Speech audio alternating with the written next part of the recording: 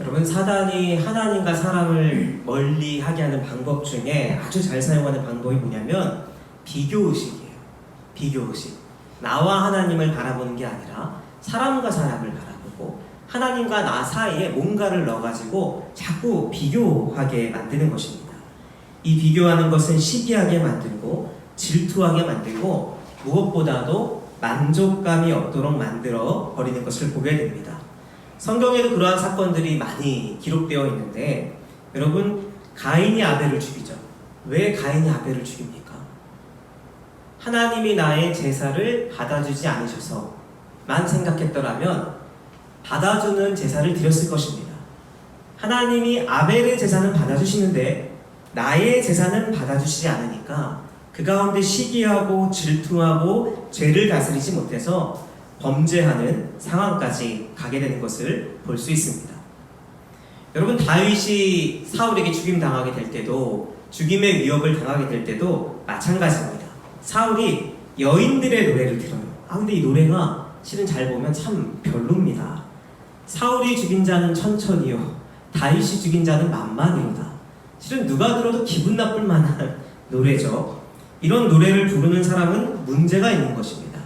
근데 그럼에도 불구하고 이 노래를 듣고 사울이 비교하게 되죠. 분명히 다윗이 나의 왕권을 빼앗을 것이다. 이 비교의식 가운데 사로잡혀서 자신을 위하여, 하나님을 위하여 충성된 다윗을 죽이고자 하는 인생을 살아가게 되는 것을 보게 됩니다. 여러분, 오늘 본문에 나오는 이삭의 아들 야곱은요, 태어날 때부터 경쟁했던 사람이에요. 태어날 때부터 비교의식을 가지고 태어난 사람입니다. 태어날 때 쌍둥이였죠. 이름의 뜻이 무엇입니까? 발꿈치를 잡다. 그 형의 발꿈치를 잡으면서 먼저 나오고자 했던, 형을 따라잡기 위한 추적하는 삶을 살았던 것이 야곱의 인생입니다. 그럼 얼마나 실은 불쌍한 인생입니까? 하나님께서 보호하여 주시고 지켜주셨기 때문에 오늘날의 야곱이 있는 것이지, 하나님께서 그를 방치했더라면요, 여러분, 당장 하루를 살아갈 수 없었던 연약한 존재가 야곱일 것입니다. 여러분, 야곱의 비교의식은 결국 이 팥죽을 팔아가지고 형에게 장자권을 빼앗는 상황까지 가게 됩니다. 여러분, 잘 보면요, 이게 우리의 모습이에요. 나는 안 그런 데가 아니라 하나님이 보호하고 지켜주니까 우리가 이렇게 있는 것입니다. 이 야곱의 모습이 사람의 모습입니다. 아벨, 가인, 이 사울의 모습이 언제든 우리의 모습이 될 수 있다는 것을 조심해야 되는 것이죠. 그래서 결과적으로는 야곱은 도망갑니다. 형 에서가 자기를 죽이려 하자 도망가서 20년 동안 라반 삼촌 집에서 일을 하게 되고, 오늘 본문은요, 20년 만에 형을 만나는 장면이 오늘 본문이에요. 도망갔다가 하나님의 약속의 말씀을 붙들고 다시 되돌아와서 20년 만에 형을 만나는 거죠. 여러분, 그때 어떤 마음이 들까요? 여러분이 야곱이라면 어떤 마음이 들겠습니까? 내가 술수를 부려가지고, 속임수를 써가지고 형을 속여서 아버지의 축복을 받고 형이 나를 죽이려고 해서 도망자 생활을 20년 하다가 되돌아가서 형을 만나려고 할 때, 여러분, 그때 우리의 마음이 실은 두려울 것이에요. 야곱의 마음도 마찬가지였습니다. 두려움 가운데 있었죠. 그리고 보면은 에서가 사병 400명을 데리고 만나러 왔다고 해요. 사신을 보내가지고 에서한테 내가 간다는 걸 미리 전한 거죠. 아주 야곱답습니다. 야곱은 아주 꾀가 많은 사람이에요. 아마 형의 이러한 이 모습을 좀 살펴보려고 사신을 보낸 거예요. 근데 사병 400명을 데리고 왔다는 것. 동생을 만나는데 사병을 데려와요. 충분히 위협적이고 어려운 상황입니다. 꾀가 많은 야곱은 재산을 빼앗길까봐 양과 소와 낙타를 두 떼로 나눕니다. 한 떼를 치면 한 떼를 가지고 도망가려고 인간적인 계획을 짰지만, 그럼에도 불구하고 두렵고 불안했던 상황 가운데 있는 것입니다. 우리 창세기 32장 22절에서 24절 말씀 같이 한번 읽도록 하겠습니다. 시작. 밤에 일어나 두 아내와 두 여종과 11 아들을 인도하여 야곱 나루를 건널세. 그들을 인도하여 시내를 건너가게 하며 그의 소유도 건너가게 하고 야곱은 홀로 남았더니 어떤 사람이 날이 새도록 야곱과 씨름하다가.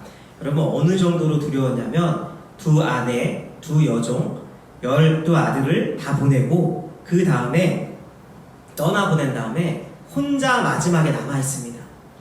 다 떠나보낸 거예요. 다 떠나보낸 다음에 홀로 남아있는 상황. 그만큼 두려웠던 거죠. 혼자 남아있는 그러한 상황 가운데 야곱이 있는데 야곱이 나름 잘한 것은 무엇이냐면 홀로 남을 정도로 두려운 상황 가운데 하나님을 붙들었다는 거예요. 힘들고 어렵고 아픔에 있는 그 순간에 하나님을 붙들고 밤새 하나님과 씨름하는 장면을 볼 수 있습니다. 우리 25절 26절 말씀 같이 읽겠습니다. 자기가 야곱을 이기지 못함을 보고 그가 야곱의 허벅지 관절을 치매 야곱의 허벅지 관절이 그 사람과 씨름할 때에 어긋났더라. 그가 이르되 날이 새려 하니 나로 가게 하라. 야곱이 이르되 당신이 내게 축복하지 아니하면 가게 하지 아니하겠나이다. 아멘. 여러분 이게 어떤 장면이냐면 사진을 보시면요 이 천사와 씨름한 거예요. 하나님 앞에 기도하면서 하나님 저에게 축복을 주십시오. 하나님 약속의 말씀을 붙들고 에서를 형을 만나러 가는데 하나님 보호하시고 지켜주십시오. 이것을 끈질기게 기도했다는 것입니다. 보면요 이 천사가 허벅지 관절을 쳐서 이 다리를 공격해서 이 씨름에서 놓게 하려고 했는데 야곱이 끝끝내 하나님을 붙들고 붙잡고 기도하니까 하나님께서 그 기도에 응답하셔서 축복해 주셨다는 말씀입니다. 여러분 우리의 인생의 문제 앞에서 고통 앞에서 상처 앞에서 하나님을 떠나는 것이 아니라 하나님을 붙들고 주님을 신뢰하며 기도할 수 있기를 바랍니다. 여러분 그것이 믿음이에요. 그리고 무엇보다도 온 마음 다하여 씨름해 보기 바랍니다. 나의 비전을 위해서, 나의 아픔의 문제를 위해서, 나의 상처의 문제를 위해서 온 마음 다하여 붙들어 보기로 합니다. 지난주에 한 목사님이 이 교인을 상담해 주다가 답답한 마음이 있어서 연락이 와서 통화를 했는데 그게 무엇이냐면 한 교인이 너무 힘든 상황이라는 거예요. 너무 힘들고 어려운 상황인데 그 힘들고 어려운 상황 가운데 하나님을 찾지 않는 거. 자기의 제자인데, 제자 성도인데 그거를 이제 보다가 자기가 너무 답답해가지고 너는 힘든 거 아니라고 그렇게 이야기했다는 거예요. 너는 힘든 거 아니라고. 어떻게 너는 힘든데 하나님을 찾지 않냐고. 이 분노해가지고 막 쏟아내고 이제 후회가 되니까 전화가 오신 거예요. 근데 여러분 그 마음이 이해되지 않습니까? 힘든데 하나님을 찾지 않는다. 여러분 정말 힘들면요 실은 힘든데 하나님을 찾지 않을 수 있어요. 근데 그거는 사단한테 속고 있는 겁니다. 여러분 힘들면요 하나님의 사람은 하나님을 찾는 거예요. 하나님이 내게 힘을 주시고 하나님이 이 상황을 아시고 하나님이 나를 보호하신다는 것을 신뢰하지 못하게 사단이 속이니까 안 찾는 거예요. 그것이 답답했던 거죠, 이 목사님은. 그래서 너가 이렇게 힘든데 어떻게 기도를 하지 않을 수가 있느냐 이 이야기를 하는데 여러분 참 심적으로 이해가 됩니다. 여러분 사단의 이 술수가 아주 교묘한 거예요. 비교의식을 통해서도 이 하나님과 멀어지기도 하지만 때로는 고통과 힘듦의 문제는 하나님과 절대 무관하다. 하나님이 계신데 이런 고통의 문제가 너한테 찾아올 리는 절대 없다. 성경의 수많은 인물은 하나님을 믿으면서 고통을 통과하는데 그런 일은 일체 있을 수 없다. 이것을 믿게 만드는 거 아주 신기한 일이죠. 근데 이 사실을 믿는다는 거예요. 그래서 고통을 찾아오면 하나님을 원망하게 되고 하나님을 떠나가게 되는 아픔을 갖게 되는 경우가 많습니다. 사랑하는 주신교회 성도 여러분, 간절히 소원하는 것이 있습니까? 그것을 가지고 야곱이 하나님이 포기할 때까지 끝끝내 씨름했던 것처럼 붙들고 기도하는 은혜가 임하기를 주님의 이름으로 축원합니다. 여러분 그래서 받은 축복이 뭐냐면요 이름을 바꿔주세요. 너는 지금까지 야곱이었다. 근데 뭘로 바꿔주시죠? 이스라엘을 바꿔주시죠. 야곱, 비교하고 형을 추적하는 자.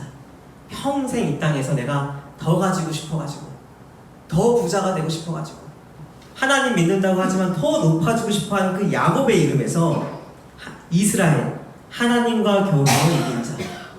하나님을 뭐 물리적으로 이겼다는 게 아니라 하나님의 축복을 받은 자, 하나님의 은혜를 입은 자로 이름을 바꾸게 된 것입니다. 여러분, 이것이 축복입니까? 그것이 나에게 질문할 수 있는 문제죠.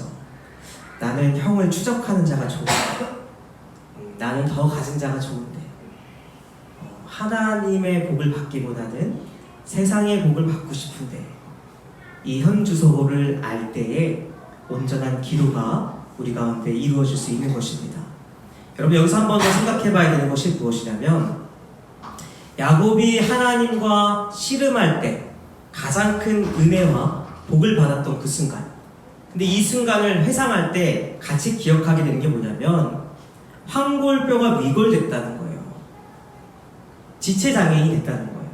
하나님과 씨름하는 기도 가운데 하나님이 나를 치셔가지고 내 다리가 온전하지 못한 지체장애인이 됐다는 거예요. 하나님의 축복이 임하는 순간 장애가 임했어요. 여러분, 이게 축복입니까? 아주 성경의 본질적인 얘기예요. 이게 축복입니까, 여러분? 기복신앙으로 볼 땐 이건 복이 될 수가 없는 거예요. 이게 어떻게 복입니까? 더 건강해지는 게 복이고, 더 잘 끼는 게 복이고, 더 뭔가 잘 볼 수 있는 게 복인 게 사람의 마음인데, 하나님이 가장 큰 복을 주는 순간에 야곱에게 지체장애인, 온전히 다리를 쓰지 못하는 불편함을 안겨주었다는 것입니다. 여러분, 야곱은요 오히려 반대죠. 성경에서 복은요 하나님께 가까이 가는 게 복이라고 해요. 다른 복은 없습니다. 가장 본질적인 복은요 하나님께 가까이 가는 거예요. 야곱은 오히려 반대로 자기의 다리가 아플 때마다, 불편할 때마다, 천사와 씨름했던 순간, 하나님께서 나의 이름을 바꿔주었던 순간, 형에게 담대하게 나갔던 순간, 그러면서 회복과 치유가 임했던 순간, 생육하고 번성함을 바라봤던 순간으로 오히려 아픔을 복으로 받을 수 있게 되는 것이 하나님이 주시는 은혜입니다. 여러분, 하나님께서는요 귀머거리 백성들에게 때때로 고통을 선사하세요. 고통을 통해서 하나님을 보게 하는 거죠. 예수님이 이 땅에서 오셔서 하셨던 가장 큰 사건은 십자가 고통이에요. 이 땅에서 영광을 누렸던 게 아니죠. 고통을 통해서 이 세상을 구원하시는 놀라운 일을 행하셨습니다. 여러분, 우리에게 고통의 문제, 아픔의 문제가 있다면요 그 고통을 싸매주시고 치유해주시는 하나님을 만날 수 있기를 주님의 이름으로 축원합니다. 내버려 두시는 경우는 없어요. 하지만 죽어야 부활함을 알 수 있는 거죠. 죽지 않으려고 바둥바둥 거리는 게 우리의 인생이지만 하나님께서는 죽음 후에 부활이 있음을 알려주시고자 우리에게 말씀해 주십니다. 우리 1절, 2절 말씀 같이 한번 읽어보도록 하겠습니다. 시작! 야곱이 눈을 들어보니 에서가 400명의 장정을 거느리고 오고 있는지라. 그의 자식들을 나누어 레아와 라헬과 두 여종에게 맡기고 여종들과 그들의 자식들은 앞에 두고 레아와 그의 자식들은 다음에 두고 라헬과 요셉은 뒤에 두고. 아멘. 여러분, 은혜를 입었는데 여기까지 말씀을 보면요 크게 달라 보이는 게 없어요. 에서가 400명의 장정을 거느리고 왔는데 다윗이, 이 꽤 많은 다윗이 역시 뭐랄까 아이디어를 냅니다. 첫 번째로는 여종들과 그의 자식들을 두고, 그리고 그 다음에 레아와 그의 자식들을 두고, 그 다음에 가장 사랑하는 라헬과 요셉을 둔 거예요. 이 순차적으로 둔 거죠.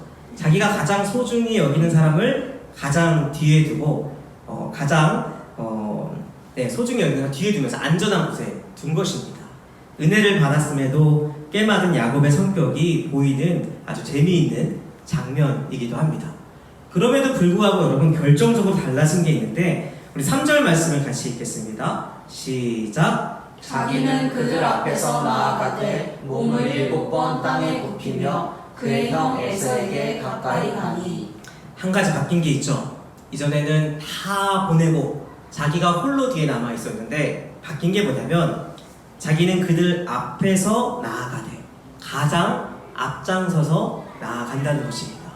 여러분, 은혜 받은 사람의 특징 중에 하나가 무엇이냐면요, 자기에게 주어진 일에 책임을 진다는 것입니다. 책임을 지고 앞으로 나아갔던 모습이 우리 이 야곱의 모습이기도 합니다. 그래서 첫 번째는 책임을 진다는 것인데, 여러분 혹시 요즘에 올림픽 보십니까? 너무 늦은 시간이라 이렇게 다 보는 게 쉽지는 않은데요. 한 선수의 인터뷰가 참 기억에 남습니다. 그 선수가 누구냐면 신유빈 선수예요. 그리고 20년 만에 탁구 단식에서 이제 메달 도전을 했다고 합니다. 아테네 올림픽 이후로 처음으로 단식에서 도전을 해서 일본의 히야 하야타 선수와 동메달 결정전을 했는데 너무 아쉽게 이 패배하게 되었습니다. 이 패배 후에 한 기자가 그 결과에 대해서 이 질문한 것인데 제가 읽어드리도록 하겠습니다. 이 결과에 대해서 어떻게 생각합니까? 물어보자 히야 하야타 선수가 저보다 모든 면에서 앞섰다고 생각하고 그런 실력과 정신력과 체력을 가지기 위해서 얼마나 많은 노력을 했을지 잘 알기 때문에 인정하고 배울 것을 배우겠습니다. 이거 뭐 도덕책 읽는 게 아니라 그냥 인터뷰하듯이 이 아이가 이렇게 얘기하는 겁니다. 다른 선수들은 더 오랜 시간 노력을 해서 더 좋은 성적을 얻었다고 저도 포기하지 않고 꾸준히 노력하면 다음에는 더 좋은 성적을 얻을 수 있을 것이라고 생각합니다. 여러분, 이 신유빈 선수가 이 이야기를 하는 선수의 나이가 19살입니다. 이 동메달 결정전에 아쉽게 패배했습니다. 그 패배한 가운데 그 패배한 것을 받아들이는 마음, 그 가운데 책임지는 마음을 가지고 자기 자신이 고백하고 있는 것입니다. 이 신유빈 선수는요, 5살 때 이 스타킹이라는 프로그램에 나왔어요. 그래서 아기가 이렇게 탁구 치는 거 저도 본 게 있거든요. 얼마나 잘 쳤는지 모릅니다. 그 후에도 무한도전에도 나오고 어렸을 때부터 탁구 신동이라고 불리면서 수많은 시간을 탁구를 쳐왔을 것입니다. 그럼에도 불구하고 핑계대지 않고 고백하는 모습이 참 감동이 되고 무엇보다도 응원해주고 싶은 마음이 듭니다. 여러분, 은혜 받는 사람의 특징이 무엇이냐면 자기에게 주어진 일을 핑계대지 않는다는 거예요. 받아들인다는 거예요. 하나님 안에서 내가 경험했다고 인정하고 받아들이는 거예요. 여러분, 핑계댄다는 것은요, 일종의 회피 감정이에요. 이 결과를 받아들일 수 없다. 나는 증거를 받아들일 수 없다. 여러분, 세계 탁구 1위 선수가, 제가 선수 이름은 모르겠네요. 1위 선수가 약 30위 정도 되는 선수한테 졌어요. 중국 선수인데 세계 탁구 1위 선수가 진 거예요. 근데 지고 나서 알고 보니까 이전에 복식 경기에서 우승했을 때 중국 기자들이 몰려와서 본인의 탁구채를 밟아서 부러뜨린 거예요. 그런 일이 있을 수가 있을까요? 그래서 처음 잡아본 탁구채를 가지고 간 거죠. 근데요, 핑계대지 않습니다. 내가 실력이 부족해서 졌습니다. 여러분, 너무 멋있지 않습니까? 제가 올림픽을 보지 못하고 거의 보지 못했는데 이 기사들을 통해서 큰 감동을 받게 됩니다. 여러분, 은혜 받은 사람들은요, 그 문제에 대해서 직면합니다. 회피하는 것이 핑계대는 것이죠. 여러분, 야곱 입장에서는요, 얼마나 핑계대고 싶었을까요? 형이요, 팥죽을 받았습니다. 제가 그냥 속인 게 아니라요, 정당한 거래였어요. 그렇지 않습니까? 대가를 주고 판 거는 사실이잖아요. 형이 그것을 업신여기서 팔았어요. 내가 샀습니다. 그거를 장자권을 산 겁니다. 대가를 지불했습니다. 엄마도 나를 도왔습니다. 내가 둘째지만 축복도 받고 싶습니다. 여러분, 이것이 실은 야곱이 이렇게 말하고 싶지 않겠습니까? 근데 여러분, 하나님 안에서 속해 있다 보니 스스로 그것을 책임합니다. 책임집니다. 담대함으로 가장 앞자리로 나가죠. 예전에는 눈치 보면서 가장 뒷자리에 있었는데 이제는 하나님의 은혜를 입고 나서 에스더가 고백하는 것처럼 죽으면 죽으리라. 내가 하나님 안에서 감당하리라. 하나님이 나를 보호하시고 지켜주시는 확신이 있으니까 내가 그 앞에 나가서 책임지겠다고 담대함으로 나아가는 모습입니다.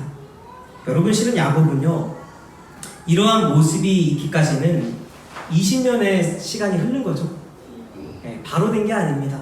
20년의 세월이 흘러가면서 돌이 깎이면서 깎이면서 아름다운 작품이 됐던 것처럼 야곱은 실은 회피했지만 그 가운데 하나님이 보호하시고 지켜주시고 붙들어 주셔서 이제는 회피하지 않고 이제는 더 이상 눈앞에 있는 문제에 압도되지 않고 하나님이 나를 지켜주신다, 하나님이 나를 보호하신다라는 말씀을 붙들고 한 걸음 한 걸음 나아가는 것입니다. 그러한 은혜가 우리 주신교회 성도님들 가운데 넘쳐나기를 주님의 이름으로 축원합니다. 3절 말씀 같이 읽겠습니다. 시작. 자기는 그들 앞에서 나아가되 몸을 7번 땅에 굽히며 그의 형 에서에게 가까이 가니. 두 번째는 뭐냐면요, 은혜 받은 사람의 특징은요, 회개하고 용서를 구합니다. 은혜 받은 사람의 특징이에요. 핑계대고 책임을 회피하는 게 아니라 하나님 안에서 내가 책임을 지면서 회개하고 주님 앞에 가까이 나아가는 모습이 은혜 받은 사람의 모습입니다. 에서를 만나서 이야기합니다. 형, 내가 잘못했어. 다른 거 필요 없습니다. 형이 나한테 팥죽을 샀잖아가 아니라 형, 내가 비교의식 가운데 내가 형을 속였어. 형을 존중하지 않았어. 내 욕심만 챙겼어. 끝. 더 이상 말할 필요 없어요. 형의 반응도 상관없어요. 내가 하나님 앞에 회개하는 겁니다.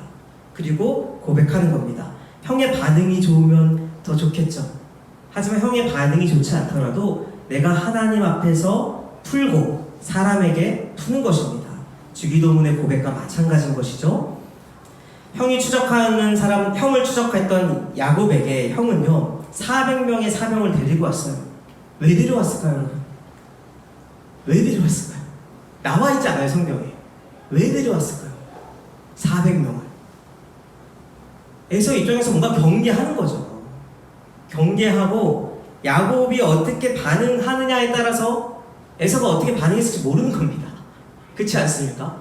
야곱이 막 핑계대고 회피하고 형 때문에 내가 20년 동안 못 돌아왔잖아 막 이렇게 얘기했으면 에서가 이 400명을 데리고 어떻게 했을지 몰라요. 알 수 없는 것입니다. 하지만 하나님께 붙들린 자에 의하여 변명하지 않고 책임지며 그 가운데 진실되게 임하는 자에 의하여 에서도 함께 반응합니다. 우리 4절 말씀을 같이 읽겠습니다. 시작. 에서가 달려와서 그를 맞이하여 안고 목을 어금 맞추어 그와 입 맞추고 서로 우니라. 아멘. 여러분, 너무 감동적인 장면이죠. 20년 만에 회복과 치유가 있는 장면입니다. 여러분, 이 장면을 보면서 어떤 장면이 같이 생각이 나십니까? 20년 만에 돌아왔는데 와서 그를 안고 그 목에 입 맞추고 서로 끌어안고 우는 장면. 누가복음에 있죠. 돌아온 탕자의 장면. 그쵸? 형을 배신하고 모든 재산을 탕진한 둘째 아들이 돌아왔을 때 그 아버지가 그 아들을 부둥켜 안고 끌어안고 눈물 흘리며 잔치를 여는 모습과 오버랩 되어 보여집니다. 여러분, 에서의 마음을 다 알 수는 없지만 이 에서가 이 동생을 맞이합니다. 하나님의 사랑 가운데 붙들림 바 되어서 찾아온 동생을 눈물로 안고 회개하며 그를 끌어안는 장면은요, 이 탕자의 아버지가 그를 안는 장면과 비슷하게 느껴집니다. 우리 10절 말씀 같이 읽어보도록 하겠습니다. 시작. 야곱이 이르되 그렇지 아니하나이다. 내가 형님의 눈앞에서 은혜를 입었사오며 청하건대 내 손에 이 예물을 받으소서. 내가 형님의 얼굴을 배운즉 하나님의 얼굴을 본 것 같사오며 형님도 나를 기뻐하심이니이다. 아멘. 형님이 여기서 에서입니다. 에서의 얼굴을 배운즉 하나님의 얼굴을 본 것 같다 라고 이야기합니다. 여러분, 이것은요 야곱이 하나님께 붙들려 있기 때문에 가능한 거예요. 에서가 너무 야곱보다 더 큰 은혜가 임해가지고 이렇게 품어주었다 라고 해석하기보다는 장병 400명을 데려왔는데 하나님께 은혜 받은 야곱이 에서에게 진실되게 임하니까 에서의 얼굴이 하나님의 얼굴로 보였다는 거예요. 원수일 수 있죠. 불과 몇 시간 전만 해도 가장 두려움의 대상이었는데 하나님의 얼굴을 보는 것처럼 보인다고 합니다. 하나님을 만나고 자신의 일을 책임지고 회개하며 용서를 구할 때 회복과 치유가 임하는 거죠. 두려움의 대상이 하나님의 얼굴을 본 것과 같은 은혜가 임하는 것입니다. 여러분, 우리는 무엇보다도요 하나님 앞에 용서를 구해야 됩니다. 첫 번째는 하나님이죠. 하늘에서 풀려야 땅에서 풀리는 거예요. 그러니까 하나님과의 관계가 회복되면서 그 다음에 우리에게 주어지는 게 무엇이냐면 바로 누구를 용서해야 될까요? 첫 번째로 용서해야 되는 게 누굴까요? 자기 자신이에요. 하나님께 용서를 구하고 하나님께 은혜를 입으면요 자기를 용서합니다. 여러분, 수많은 그리스도인들이 자기를 사랑한다고 하면서 자기를 학대하는 경우가 얼마나 많은지 몰라요. 여러분, 자기는 자신이 컨트롤하는 거잖아요. 그쵸? 나를 내가 방치하는 거 아닙니까? 내가 나를 사랑하는 거와 반대말이죠. 내가 하나님께 가까이 가기도 하지만 내가 하나님과 멀게 가기도 하는 거예요. 그러한 자기 자신을 용납하고 수용해 주는 거. 그럴 수 있어. 둘째로 태어나서 얼마나 축복받고 싶었냐. 얼마나 비교의식에 사로잡혔니. 태어날 때부터 그 발꿈치를 잡고 태어나는 게 내 잘못입니까, 여러분? 나는 그렇게 연약한 사람이라는 거. 내가 그렇게 부족하고 연약하지만 자기를 어떻게 용서할 수 있습니까? 하나님이 나를 용서해 주시니까. 하나님이 나를 용납해 주시니까 나도 더 이상 나를 미워하지 않을게. It's not your fault. 이 의미를 다 안다고 하는데 아는 사람이 별로 없어요. It's not your fault. 내 잘못이 아니다. 내 잘못을 여기고 있는 거예요, 실은. 내 잘못을 여기고 있는데 내 잘못이 아니다라는 말을 들으면서도 내 잘못을 여기고 있는 걸 모르는 거예요. 이게 내 잘못을 스스로 여기고 있는 것을 알게 되면요 이 회복과 치유가 임하는 것입니다. 첫 번째로는 스스로를 정죄하고 스스로를 학대하는 것이 아니라 야곱은 20년 동안 회피했습니다. 그를 용납하고 응원해 주셨던 하나님을 바라보면서 자기 자신을 용납하고 스스로를 존중하고 사랑하며 하나님 앞에 나아가는 것입니다. 아침마다 우리 청년들과 새벽 묵상을 하고 있는데요. 지난주에 한 청년이 낸 묵상 내용입니다. 글을 같이 한번 읽어보도록 하겠습니다. 어떤 내용이냐면 이러한 카톡 내용인데요. 몸의 피로로 인해 주님께 고개 들지 못하는 날이 없도록 기도로 승리할 수 있도록 도와주시옵소서. 일하러 나갈 수 있음에 감사하고 제게 주어진 일을 맡은 바 충실히 해나갈 수 있는 지혜를 허락하여 주옵소서. 오늘도 주님 안에서 승리하기를 소망합니다. 한 청년의 고백이었고 또 다른 청년들도 귀한 고백을 하기도 했습니다. 참 이 고백을 보면서 하나님이 이 기도를 들어주시겠다, 하나님이 보고 계시겠다라는 생각이 듭니다. 몸의 피로에 지는 것이 아니라, 너무 힘들어서 기도 못하는 것이 아니라, 오늘도 쉽지 않은 하루지만 하나님 안에서 승리할 수 있도록 하나님 도와주십시오. 일하러 나갈 수 있는 것 자체가 감사하고 제게 주어진 일을 맡은 바 충실히 해나갈 수 있는 지혜 허락해달라고 기도하는 이 기도는요, 자기 자신을 소중히 여기고 사랑하기 때문에 할 수 있는 기도죠. 이때 자기가 자기를 사랑하는 모습이 주어지는 것입니다. 사랑하는 주신교회 성도 여러분, 무엇보다도 하나님 앞에 용서를 구하고 그 다음에는 자기를 용서해야 됩니다. 자기를 용납하고 수용하고 사랑하는 우리 성도들 되기를 주님의 이름으로 축복합니다. 우리 마지막으로 창세기 33장 9절과 11절 말씀 같이 읽겠습니다. 시작. 에서가 이르되 내 동생아 내게 있는 것이 족하니 내 소유를 내게 두라. 하나님이 내게 은혜를 베푸셨고 내 소유도 족하오니 청하건대 내가 형님께 드리는 예물을 받으소서 하고 그에게 강권함에 받으니라. 아멘. 여러분, 이 말씀을 잘 새겼으면 좋겠어요. 야곱의 행동에 참 지혜가 있는 것입니다. 야곱이 용서를 구하고 미안한 마음에 자기 형 에서에게 자기의 소유를 주겠다고 하는 거예요. 자기의 소유를 떼서 주려고 하는데 에서가 괜찮다고 하는 것입니다. 내 소유는 내게 두라. 나 족하다, 나 많다, 괜찮다 라고 얘기하는데 야곱이 제가 다 읽지 않지만 그럴 수 없다라고 얘기합니다. 형 안 됩니다. 꼭 받아주셔야 합니다. 그럼 야곱이 왜 이렇게 고백했을까요? 형도 많다는데 무엇을 위하여? 무엇을 위하여 자기의 소유를 꼭 받아달라고 강권해가지고 결과적으로 에서가 그 예물을 받게 하는 것입니까? 여러분 이것은요 실은 하늘에서 풀리는 게 땅에서 열매 맺는 것과 비슷한 거예요. 하나님 안에서 풀린 이 열매를 온전하게 맺고 싶은 거예요. 이 소유가 아깝지 않죠? 하나님이 내게 은혜를 베푸셔서 내 소유도 조카오니 청하건대 내가 형님께 드리는 예물을 받으소서 하고 그에게 강권함에 받으니라. 제발 받아주십시오. 여러분 이 야곱의 마음이 느껴집니까? 내 회개를 온전히 이루고 싶은 거예요. 제발 받아주십시오. 괜찮아. 에서가 괜찮아 했는데 아 그래요? 알겠습니다. 하면 어떻게 됐을까요? 그래도 괜찮았을 수도 있겠죠. 괜찮았을 수도 있겠지만 실은